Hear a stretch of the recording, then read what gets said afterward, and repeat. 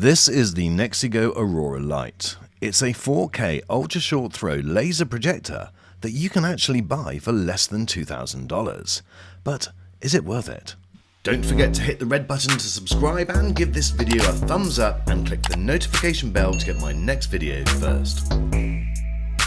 So the Aurora Lite is the little brother to this, the Aurora Pro, which came out last year. It has 4K at 120Hz, 8 milliseconds input lag, 60 watt speakers and Dolby Atmos, 2400 lumens, 3000 to 1 contrast ratio, HDR10+, Dolby Vision, and it supports 3D. And for many people, the Aurora Pro was the best bang for its buck that a projector delivered in 2023 and 2024. So it will be really interesting to see whether the Lite can get anywhere near this in terms of value for money and quality. So at $700 cheaper, the Aurora Lite is presented pretty much identically to the Aurora Pro. And in fact, the only difference is the level of brightness that this projector can achieve. But is that difference in brightness, which is 500 lumens, is that a reason to dismiss this one? Size-wise, this will sit somewhere between the 4-movie theatre and the AWOL Vision 3000 Pro. All of the connections are on the back, and there's 3 HDMI 2.1 ports, and one of those supports eARC.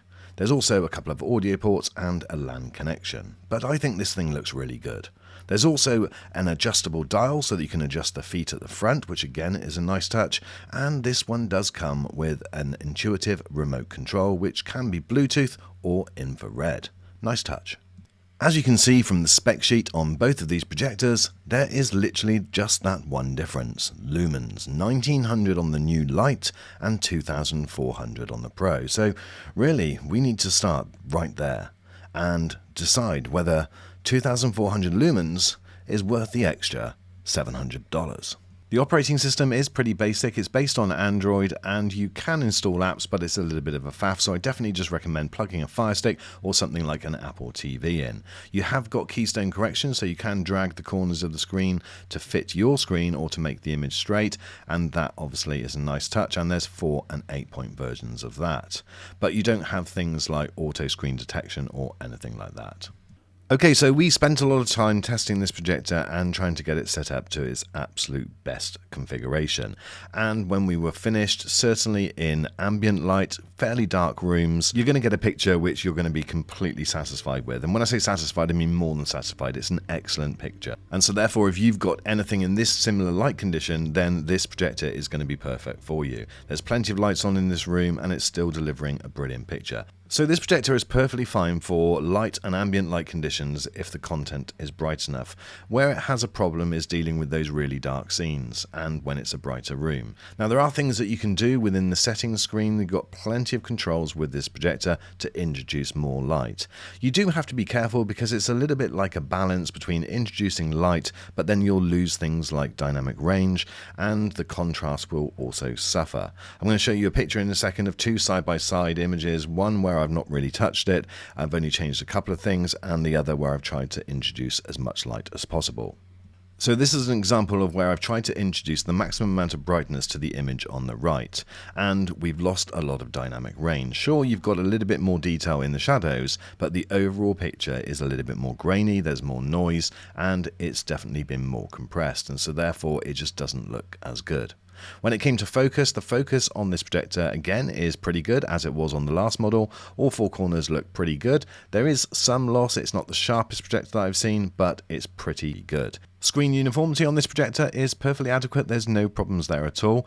You did find some loss within the separation of the brightest levels here and also the darkest levels, but again that is to be expected with a projector in this price range. Where the operating system lacks, the menu system certainly doesn't, and you've got plenty of controls to hopefully get the best possible picture settings to your taste, and you can change those to your heart's content. It really is excellent. The noise level of this projector, it's not the quietest, but it's certainly not the most loud that we've tested. We were getting a room reading of around 27 to 28 before turning it on. It peaked to around 60 when it came on, and then it settled down to around 38 after it was all running and the fan noise was consistent. After measuring the picture, we found that it just lent slightly towards the reds, and so therefore we did dial that back by a couple of notches. But after that, we were really pleased with the accuracy that this gave. It was a well-balanced, not oversaturated image, which delivered well on all colour fronts.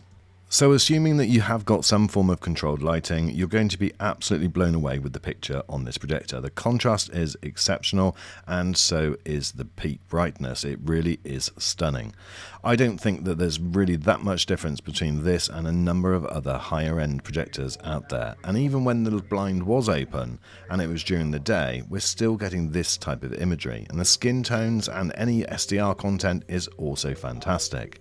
The brighter the room gets, obviously the image does deteriorate a little bit, but I am being super picky, guys. I'm trying to find the differences between the 1900 lumens and the 2400 lumens from the Pro.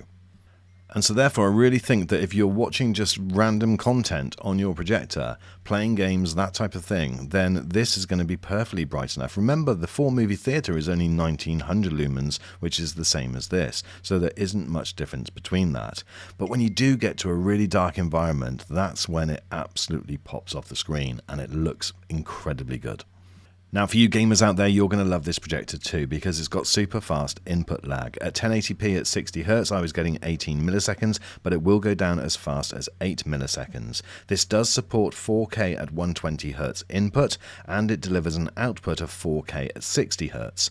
It will support 1080p in 60, 120 and 240Hz. So if you are playing those super fast games where you need those instant reactions, well then this could be the projector for you. But I have to say, if you haven't tried playing a game like this on a big screen, then you really need to, because it is absolutely fantastic.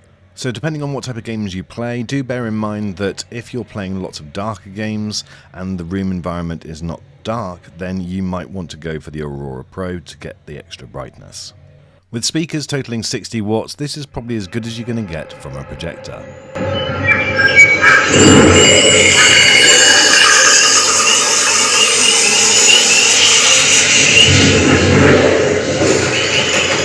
But as I always say, I definitely recommend a separate sound system or a sound bar. So my friends, we'll recap on some of those specs in a second, but in summary, I think that if you're using this for everyday use and you've got a light controlled environment, well then this is going to be absolutely perfect for you. There is no issue at all. However, if more of your content is normally darker or you've got less of a light controlled environment, then I would probably go for the Pro and get the extra. But I definitely think that this represents very good value for just under $2,000. And as you can see, those are the stats again, and it's a pretty impressive machine. The last year's the Aurora Pro was impressive, and believe me folks, this is equally as impressive, with the just one limitation of the brightness, and that is really down to you as an individual. But if you're thinking this is an inferior product in any other way, well, believe me, it's not. That's it for this video, my friends. Thank you so much for watching, and I look forward to seeing you on the next.